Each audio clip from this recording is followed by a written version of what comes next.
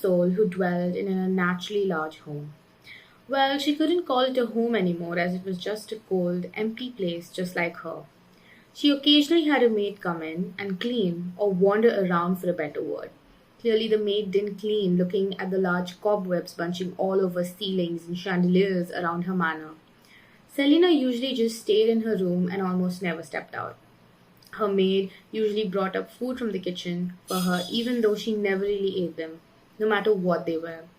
Her room was a weird, bitter pleasure of hers, and she would be reminded of old times when she was young and happy. Selina sighed, basking in her room's peace, despite it being unacceptably cooped up with dust and cobwebs. Her eyes drifted to her mirror, which sat across her bed. Her face had gotten paler than the last time she saw herself. Her freckles were painted across her shoulders and cheeks, creating a vibrant pattern. She mapped them out, trying to see if at least they could tell her where her life could lead to. She often wondered if she would spend the rest of her life looking at the depressing walls of her sad, sad room. Ironically, her room was painted a vivid pink color, meticulously picked by her overly ambitious mother, or for the better word, determined. Oh, yes, her oh so perfectionist mother who couldn't, for the love of God, stop telling her how to live her life. Every time Selina looked in her mirror, she would see her dirty blonde hair that would remind her of her mother, which was a stark contrast from her unruly wild hair to her mother's neatly tied bun. She was surprised how her mother's hair didn't tear back then, but those contrasts never failed to remind her of what an uncivilized being she was, as her mother often used to love to remind her. Selina fell back into her bed, trying to get at least an ounce of sleep, but it seemed that sleep was much farther than she thought. She was incapable of closing her eyes because every time she did, she was reminded of her mother's pale face, drained of consciousness. Her dirty blonde hair was no more in a tightly clean bun. It was wild and unruly, and for the first time, Selina could see herself in her as her mother lay, staring lifelessly at the ceiling. She abruptly opened her eyes and counted quietly to 10. Selina did not want herself to delve deep into those scenes again. Her eyes quietly wandered around the room in search of a distraction, although her room was quite plain and boring before she settled on her mirror. Mirrors had always been interesting to Selina Trotsky. She was amazed by the way mirrors could imitate everything and anything, but at the same time not quite. Such a mystery to see a solid flat space imitate and copy every movement and word so specifically that you could almost believe another world was hidden in it. That was the last thought she had before she fell asleep. Selina woke up abruptly, hearing a noise. She was about to brush it off before a noise was made again, which surprisingly sounded like it came from her mirror. She carefully treaded around her mirror. The noise was definitely from her mirror. She was a lonely woman living in a lonely house, which was surrounded by nothing but a dense and ghastly forest. How could one ever want to come here? Suddenly, she slipped and literally almost fell through her mirror if it wasn't for her hand holding the cabinet nearby. She was confused, overwhelmed, and most of all surprised. She waved her hand to see her reflection just staring plainly back at her. Surprised, she stepped away from the mirror, but her reflection did not move an inch. She suddenly realized how cold and lonely her manner was. She treaded around her curiosity and she lightly touched the mirror, causing strange ripples throughout the mirror. She blinked back in surprise, but that didn't stop her from pushing her hand more inside the mirror. Was this a dream or reality? Her reflection started smiling.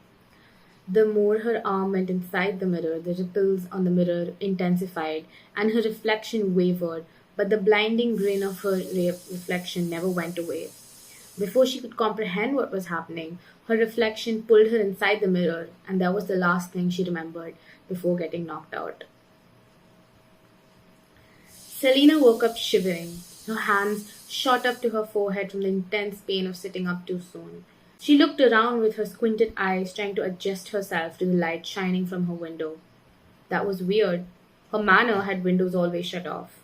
Her mother never wanted Celina to be exposed to the dangerous world as she had once told her. But her father was the complete opposite of her mother. He had always loved the windows open. A warm bitterness filled her at the memory. Her eyes fitted around her room. Something felt different. It looked like an exact carbon copy of her room, but somehow Something was definitely different. Her shelves were a dark mahogany, which was quite an ugly contrast to the bright pink paint of her room. Her ceiling was empty as ever, with just a dull chandelier that would never work, always useless, just like her. Finally, her eyes landed on her mirror. All the memories of last night rushed back to her. Her reflection of sitting on her bed suddenly gave her a terrifying grin, as if it knew that she just remembered what happened. Before she could react, her maid opened her door and bowed politely. Ma'am, your breakfast is downstairs. Celina nodded, but her maid remained in place. She realized that her maid did not look up. The maid had instead stood straight with her head down. That was weird. She had always greeted her with a smile on her face. Before Celina could question her, she shut the door abruptly and left. Today is a very weird day, Celina mumbled under her breath. She got out of bed and wandered downstairs through her spiral staircase, her white nightgown trailing behind her. A sweet scent of cinnamon filled her senses as she got closer to the kitchen.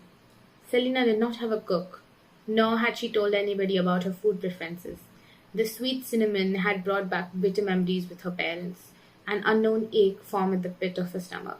She continued to move towards her kitchen. Peering around in curiosity, she stopped suddenly. Her heart dropped at the sight before her. Her parents were there, right in front of her, and all she could do was stare. She felt numb at the scene of her parents arguing and laughing like they always used to do. Her heartbeat sped, and she could feel herself falling through the gaping hole in her heart. Her breath fell short, and it suddenly felt too hard for her to breathe. Suddenly, it felt as if all the tension was on her.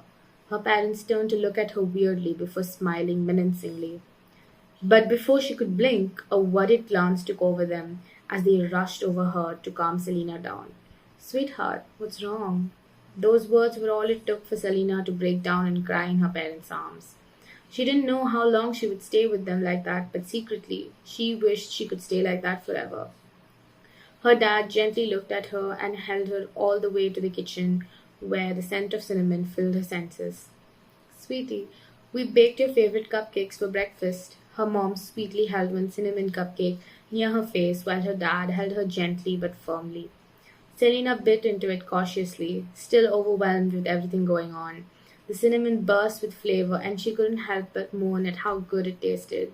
Just how I like it. The family of three chuckled in glee. Celina felt weird shivers around her body, as if something was not right, but she quickly shook it. Celina felt shivers around her body as if something was not right, but she quickly shook it off as her parents called her over for a proper breakfast at the table. The three of them settled around the living room, each one doing something different. Celina was lying on one side of the sofa, mindlessly scrolling through channels on her television. Her father was flipping through the newspaper, and her mother was crocheting another blanket or tea warmer, whatever she said it was. Celina put her foot on the table and leaned back. And of course, her mother snarked a glare at her. Celina, put your feet on the ground. Seriously, Celina, you should know better. You're an adult now, and yet you have no table manners. Her mother nagged at her, but she didn't stop there. Her mother continued to bash for the way she dressed and the way she sat. Celina's patience of ignorance was running pretty slim now. She tried to switch through the channels quickly in hopes of getting distracted from her mother's criticism. As she was swapping through the channels, Celina realized that they were all implying the same message. Run. Her mother's head turned towards the television too, as if she realized the same. She abruptly disconnected the television's connection, and the look on her face was pure rage. Mother! Celina cried out in anger. Her mother did not turn, but rather stared at the switched-off television blankly. Her father continued to see his newspaper as if nothing had happened, but even Celina could hear the nervous gulps from her father. Her mother looked at her, teary, before embracing her in a warm hug tightly. Celina blinked at the sudden change of emotion, but nonetheless hugged her back cautiously. Her skin was surprisingly cold, and everything felt empty when she found that the hug was no longer warm. Her lips grazed Celina's ear as she whispered lightly, "We know we're not real. Don't you know that?" A menacing grin took place on that woman who no longer looked like her mother, and suddenly everything felt tighter, like she was being squeezed out of air. She suddenly realized that she was no longer in a warm embrace, but rather being choked by that woman. Her breath fell short as her nails dug into her neck. Celina felt sick looking at the woman's menacing grin. Everything felt so much, too much, yet empty at the same time. Before anything could happen, her father pulled her aside. Go. Go now and don't look back.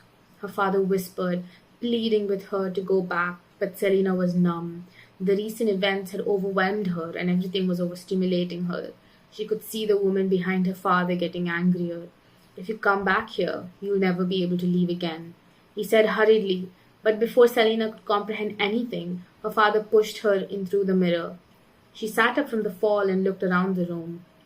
The sudden change of reality sunk in. The dullness of her room blinded her as she realized that she would never be able to feel the warmth ever again, unless... Celina looked at her mirror longingly as her father's words echoed within her. If you come back here, you'll never be able to leave again. Celina took a deep breath before mustering up all her strength, and she stepped inside the mirror again.